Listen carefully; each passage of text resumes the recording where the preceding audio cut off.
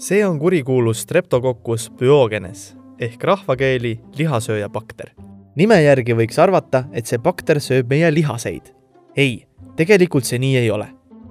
Streptococcus pyogenes moodustab kerakujulistest rakkudest ahelaid. See bakter on levinud üle maailma. Kuna lihasööja bakter asub sageli just inimese limaskestadel, siis võib see levida aevastades või köhides, aga ka kokkupuutel haigestunud inimese haavadega. Lihasööja bakterid võib nahapinnal või limaskestadel olla 15% inimestest, ilma et neil esineks haigusnähtusi. Samas on suur hulk inimesi, kellel see bakter põhjustab erinevaid haigusi, näiteks angiini. See, kas inimene haigestub või mitte, sõltub bakteri tüvest ning inimese tervislikust seisundist. Kergemal juhul terveneb inimene umbes 2 nädala jooksul tänu kaasasündinud immuunsusele. Enamasti tuleb aga läbida antibiootikumi kuur. Mõnikord on vaja lausa kirurgiliselt sekkuda. Ent alati pole sellestki abi. Eestis registreeritakse umbes 10 juhtu aastas, kus inimesel on tekkinud raskekujuline lihasööja bakteri infektsioon.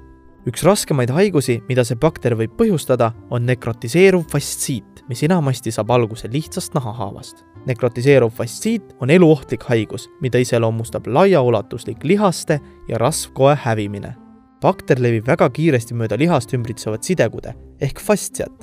Halvimal juhul võib surm saabuda lausa 24 tunniga. Isegi väike kriimustus põhjustab suurt valu, kuna põletik võib olla levinud sügavamale, kui arvata võiks. Kui valu on kadunud, on olukord tõenäoliselt eluohtlik.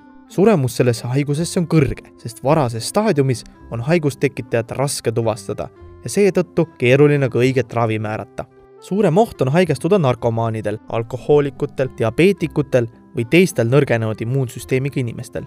Kui lihasööja bakter on pääsenud näiteks haava kaudu kudedesse, eralduvad temast mürkained. Need mürkained käivitavad inimese kehas liiga tugeva kaitsereaktsiooni. Täpsemalt reageerivad nendele mürkidele immuunsüsteemi T-tapperakud, mis omakorda aktiveerivad makrofaage ehk õgirakke.